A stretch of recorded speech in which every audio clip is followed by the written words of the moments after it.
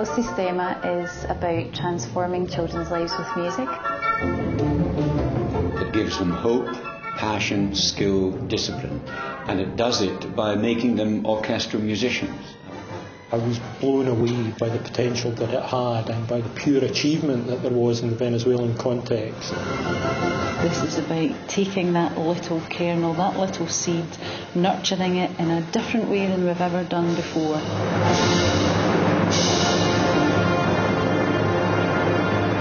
It's more than a music education programme, it's actually an investment in communities, and it's a very long-term investment. I heard about this 3-4 years ago and thought this might be the thing that will work in Scotland. Kids from the most depressing backgrounds being placed in a totally alternative reality so that it became for them their life.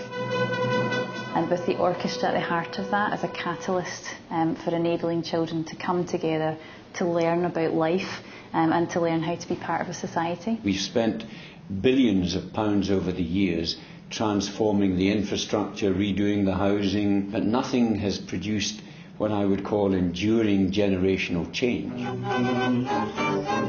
This is not just a music education programme for us. We want to empower the community, we want to grow future orchestras, and we want to create a 21st century charity.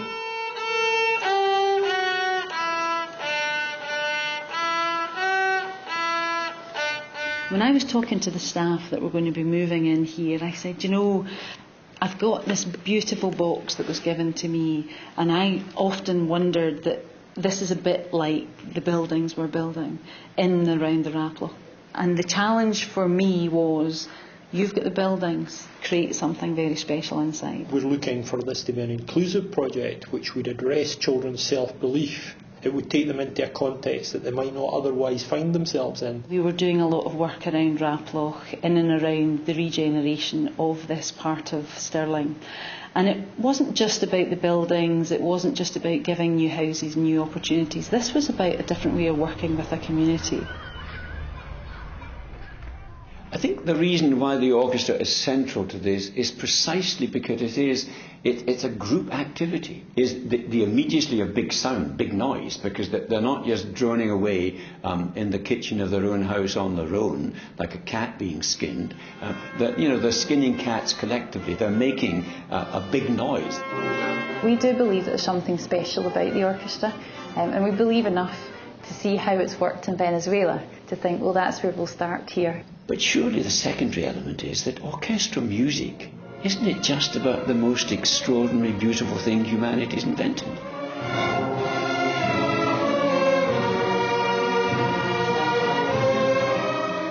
We've really taken our time and invested in people here, and I think that investment has really paid off. So by the point that the musicians were recruited, all of the schools knew exactly what this programme was going to do. We've started with primary 1, 2 and 3 children, and then we're going to open officially as a summer school. After summer, we're actually going to start working with children from birth until primary 4. They're letting us into the schools, giving us 3 hours a week curriculum time. That's amazingly imaginative, because they've seen, this might just do it.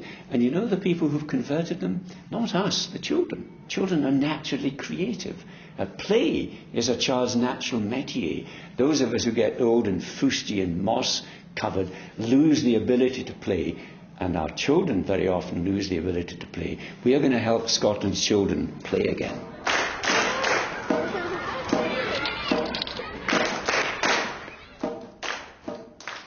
We looked for people who were not only good musicians, but had that X factor, that extra gift of warmth and ability to go the second, third and 10th mile. We're not expecting these musicians to be social workers, but we're looking for them to have the understanding and the mindset to be able to comprehend why children may act in a certain way. And what should be turning musicians on is the fact that not only when they're at their best are they able to impart music to people, they might use it as a transformative instrument. They could be Britain's secret weapon.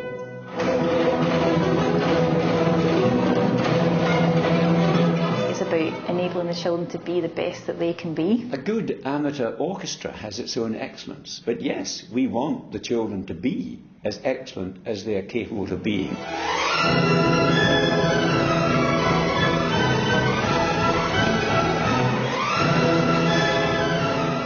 The thing I loved about watching the kids in Venezuela was their sexiness, their warmth. I mean, they looked like tennis stars or racing drivers. They didn't look like kind of geeky kids with, trudging violin cases to practice in the dull church hall. The knowing that the potential is there, the knowing that with time and investment, a lot of fantastic creative talent can come out of Venezuela, but it can come out of Raploch as well. It's both. I mean, it's clearly using music education to change the hearts, the spirits, the souls, the lives of children. But like everything beautiful and wonderful, like Shakespeare, it can be destroyed by the way it's taught.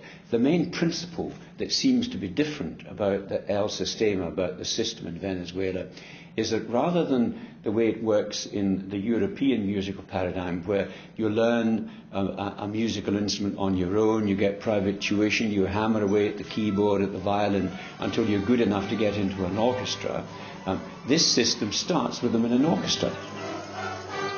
We encountered scepticism, we encountered a certain amount of professional anxiety, maybe even resentment. We don't want to rival the Scottish Youth Orchestra. We want to get kids from Raploch into the Scottish Youth Orchestra, but they're not going to get in at the moment. We will take the best of music education, the great European tradition. We will learn from this new way of doing things. We will marry them probably into some new wonderful combinations. To be successful learners, to be responsible citizens, to be confident individuals with a genuine sense of themselves and their capacity to improve, and that they would be engaged citizens. I think these are the areas where I would look 10 years down the line for progress.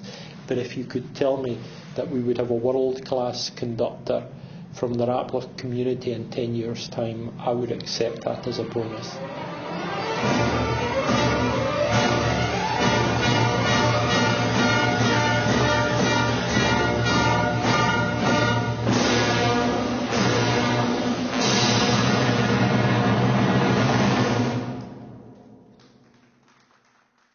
We have an aim for this to be a very long-term programme. We believe that we will not fully understand the impact of this until these children that we work with at age 5 have grown up to be 15, 16, 17, and we can then track and see where they go on. Money is obviously a big thing. I mean, I've got money out of the Arts Council for this, but we've had to raise most of our funds from private individuals, from trusts. Once we proved the template, proved that this can in fact change lives and also create beautiful music, I would expect government to take it over. It's got a lot of cross-political support. And yes, it's a leap of faith for the elected members, it's a leap of faith for the service, because we don't have any outcomes in Scotland to match it against. I can only guarantee that I see sufficient potential in this, that I'm willing to work with other colleagues and partners whenever that opportunity arises to ensure that this is delivered effectively and in the longer term. I'll know, hopefully in the not too distant future, that this has been a real worthwhile investment.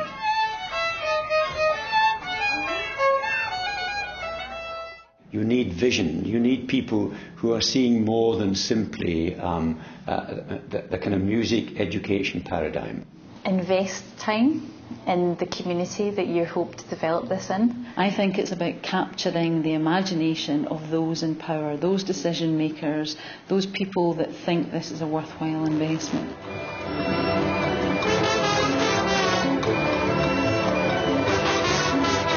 We can include more children, we can include all children, and we can create an inclusive environment for everybody.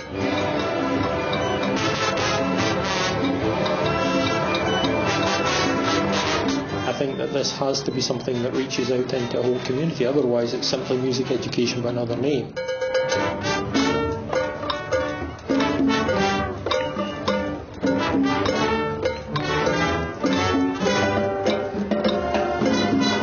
I think El Sistema for me is going to see some very, very special people come out of Raploch.